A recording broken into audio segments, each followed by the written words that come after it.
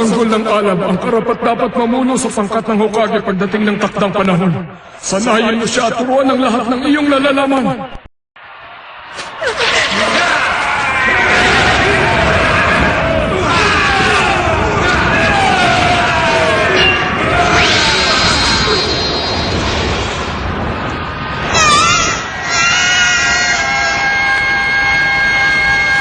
Ang sanggol na ito ang magiging pinakamahusay na mandirigma.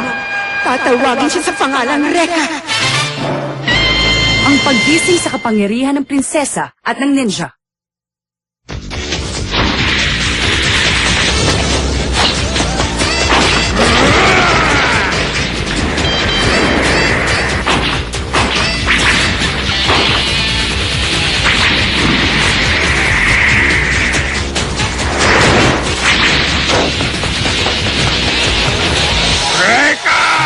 Bumaba ka dyan!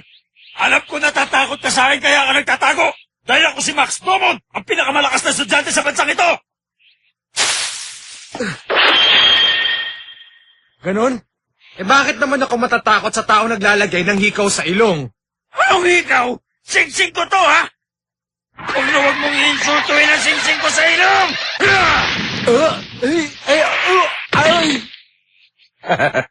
Dapat talaga nung una pa lang naging alalay na kita. Huh?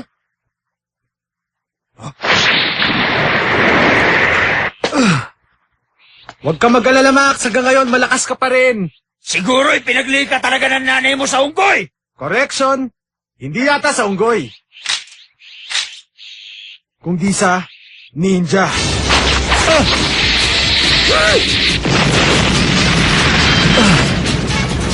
Unggoy ka talaga!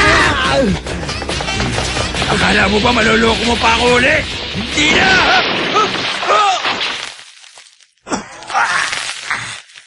Teka! Tuwag ka talaga! Bakit mo ako inulog dito? Hindi ako duwag. Sample lang yan ang pwede mangyari sa'yo. Lagot ka sa akin kapag nakalis ako dito! Ang ninja, kailangan maagap at eksakto ang bawat galaw. Anong sinasabi mo, ninja? Siraulo ka talaga! Hindi mo ba alam na wala ng ninja sa panahon ngayon? Ano ka mo? Dapat nabuhay ka noong unang panahon para nakasama mo mga kapwa mo paliw! Teka! Anong gagawin mo dyan? Huwag mong iitin ang mga ninja. Ay! O paano? Pag nanalo ka na lang sa akin, pagsisilbihan kita bilang tapat na alagad at personal mong ninja. Babawi ako bukas! Makikita mo!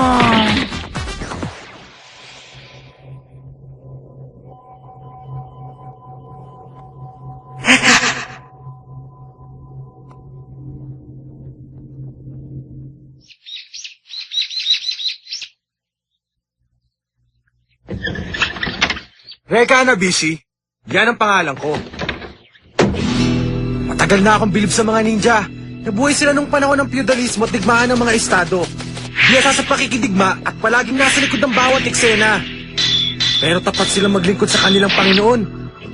Mga sundalong hindi nabibigyan ng tamang atensyon. Hindi ko alam pero bata pa ako, humahanga na ako sa kanila.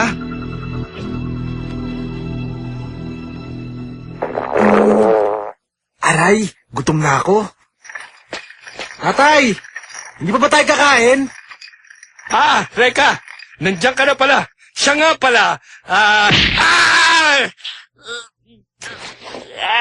Ang sakit-sakit na! Ang tigas ng ulo niyo eh! Sabi ng huwag maninigarilyo habang gumagawa ng papot... Sorry nakalimutan ko eh. Di bale, di ko na uulitin. Sa labas ka na kumain. Nananghali na ako dahil nagugutom na ako. Isa pa, naubos na ang pagkain.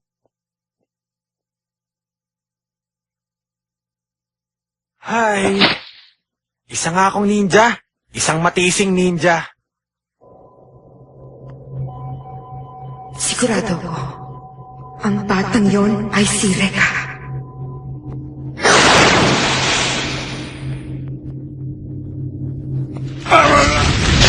Awa na! Tulungan niyo ako!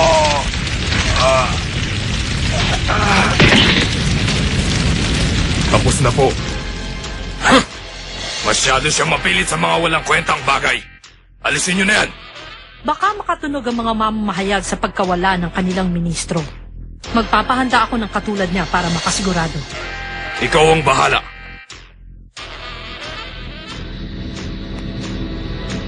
Nakakaawa naman ang nilalang. Kahit na siya pa ang maging pinakamakapangyarihan, mawawala ang lahat sa oras ng kanyang kamatayan. Ayokong mangyari sa akin yun. Naintindihan ko ang ibig mong sabihin. 400 taon na rin ang lihim ng buhay na walang kamatayan. Ipinapangako ko na matutuklasan ko rin ang lihim na ito.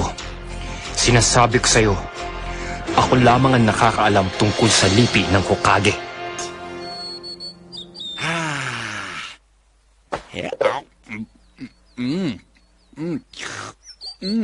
Good eats.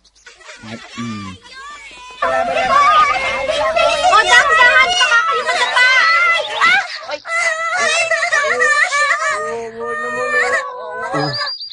Sabi ko na nga ba eh. Huwag kang umiyak, halika.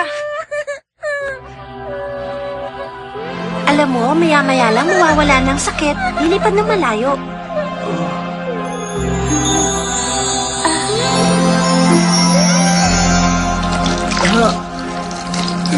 Ay! Wala na tuloy akong nakain!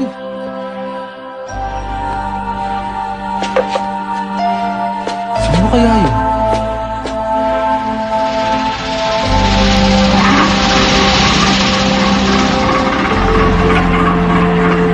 Teacher, tingnan niyo ang taas, oh. Bilisan na natin, delikado dito.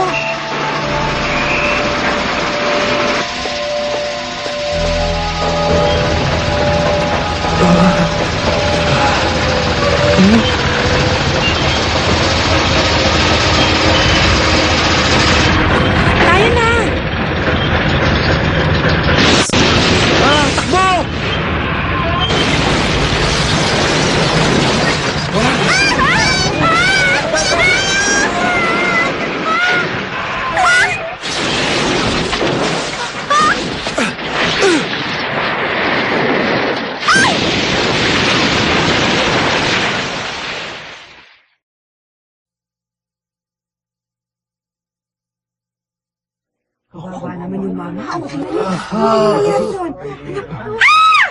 Tumawag kayo ng ambulansya. Ginoong Hanabishi, sumagot ka! Humihinga pa siya.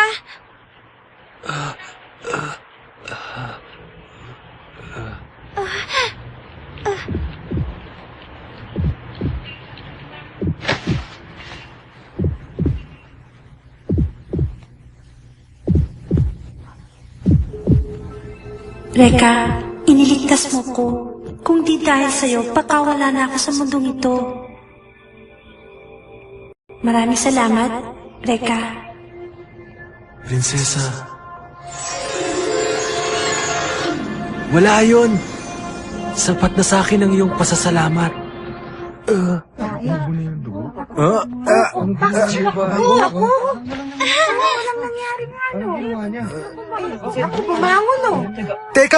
Teka, sandali. Hindi tama to. Ay, nakakahiya! Ay.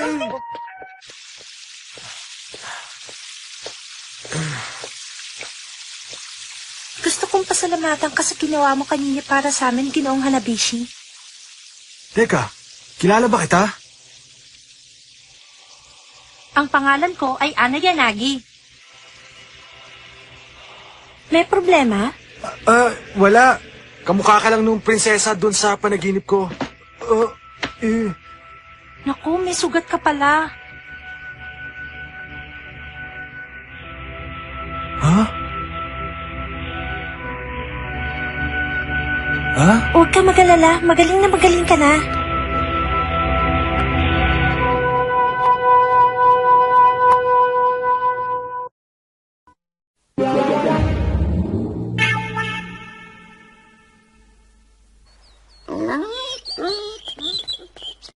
Siguro nagtataka ka na, hindi ba? Ha? Medyo lang naman. Hindi ko rin alam kung bakit meron akong ganong klaseng kapangyarihan.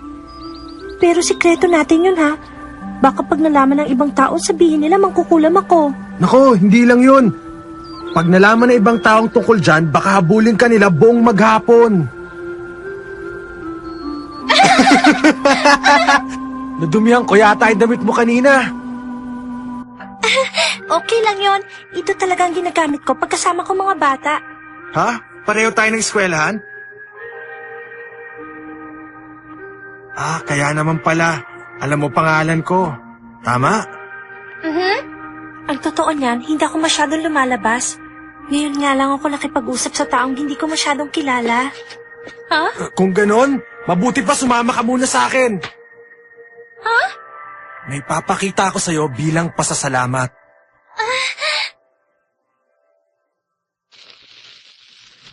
Hindi pa medyo madilim dito? Maliwanag pa kasi sa labas. Dito ko lang may papakita ang mga ginawa ko. Ang negosyo kasi ng tatay ko ay paggawa ng paputok. Etong gawa ko!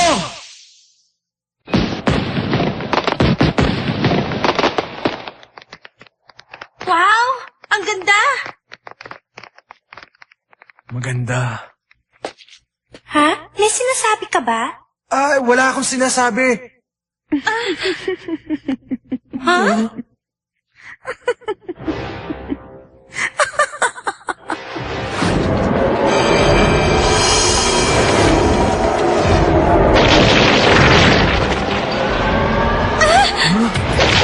Teka, tingnan mo yung sahig! Ano yan?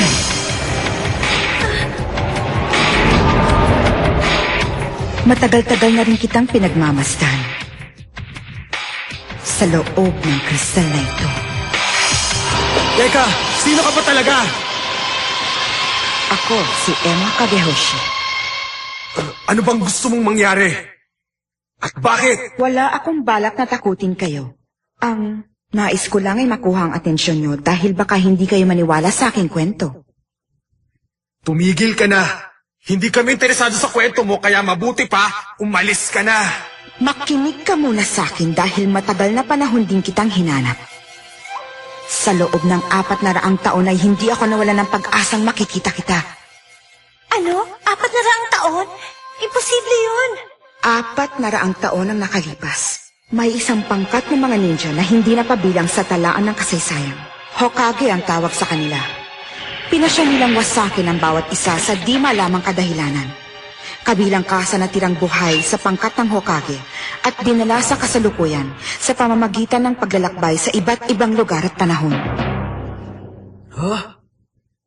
Alam nyo, Ale, ang mabuti pa itigil nyo na ang kwento nyo kasi parang gawa-gawa nyo lang. Ipakita mo sa akin ang iyong nagliliyab na kamay. Nagliliyab? Oo. May kapangyarihan kang magliyab at bumaril ng apoy. At ang iyong kakayahan na yan ay minana mo pa sa mga ninja ng Hokage. Hindi ko talaga maintindihan ang sinasabi mo. Halika, umalis na tayo, Ana. Huwag mo nang ipagkaila. Masyado kang mapilit wala ka namang sinasabing matino.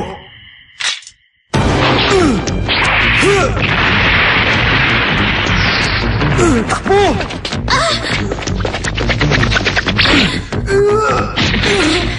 Reka! May sugat ka! Huwag mong pakita ang kapangyarihan mo. Pero malalim ang sugat mo! Okay lang ako. Kaya ko pa. Patawarin mo ko, pero hindi kita maaaring pakawalan. At pag giniit mo pa na hindi mo kayang bumaril ng apoy, sa pilitan kong ipagagawa sa'yo!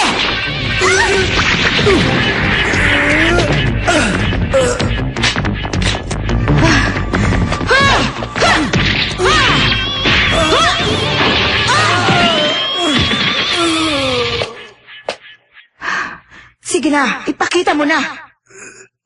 Asar talaga. Pahamak kasi tong sugat ko eh. Kailangan namin makatakas dito. Ana! Ale, hindi ko alam kung bakit mo siya inaatake. Pero nakikiusap ako, parang awa mo na. Huwag mo siya saktan. Ana! Malalim ang sugat niya at kailangang madala sa ospital. Pakawalan mo na siya. Sige na, pakiusap. Bakit hindi mo gamitin ang iyong kapangyarihan, Binibini? Gaya ng ginawa mo kanina.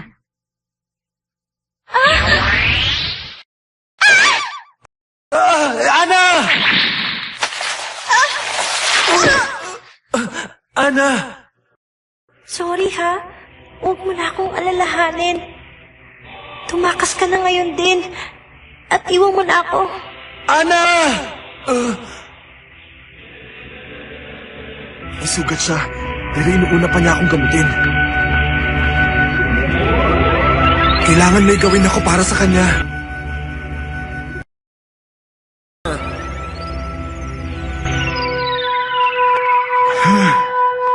Nakapagtataka. Hindi niya magamot ang kanyang sarili kahit na may kapangyarihan siyang manggamot. Dito ka muna. May tatapusin lang ako. Baka mahirapan ka sa binabalak mo. Huwag kang mayabang. Siguro, kailangan ko na siyang tapusin. Ha! Hindi mo magagawa yan! Ha! Bali, walang pausok mo dahil nakikita ko ang lahat. Humanda ka! Ang sining ng Utsusemi.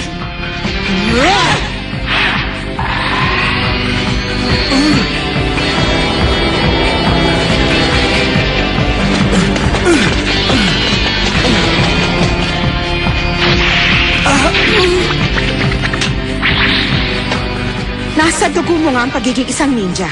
Pero nakakalungkot namang isiping hanggang dyan lang ang kaya mo. Ipakita mo na sa akin ang iyong kapangyarihan.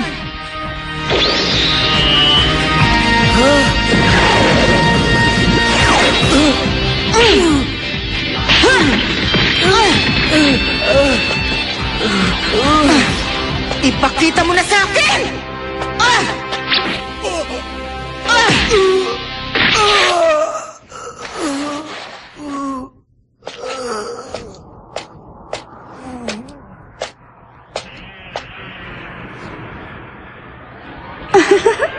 Tuluyan ko na kayang wakasan ang buhay ng iyong kaibigan. Wag! Wag! Wag!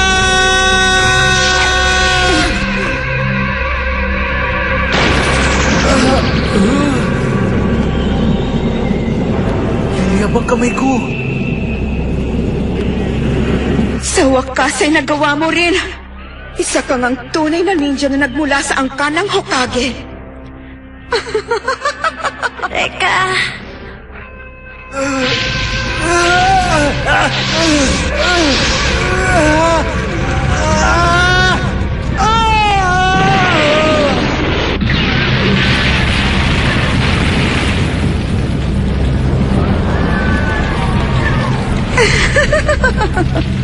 Ang akala mo ba'y matatapos mo ko ng ganun kadali? Kung nais mo kong mapatay, ay kailangan mo pang lumakas.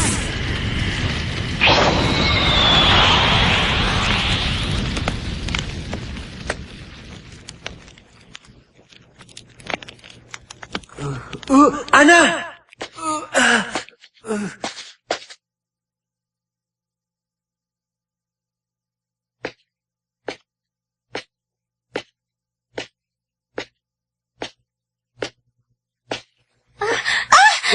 Gising ka na pala. Teka, magaling na ba sugat mo? At saka nasa na siya? Okay na ako. Wala na rin yung alip. Prinsesa? Prinsesa? Oo, ikaw ang prinsesa at ako ang ninja tagapagtanggol ng prinsesa.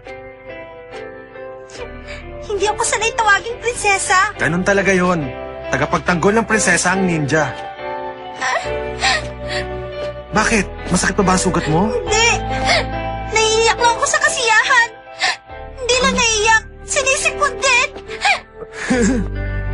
Nagbuklod ang kapalaran ni Ana Yanagi at Reka Hanabishi upang masimulan ang digmaang umabot ng 400 taon. Magsisimula na rin ang kasaysayan ni Reka.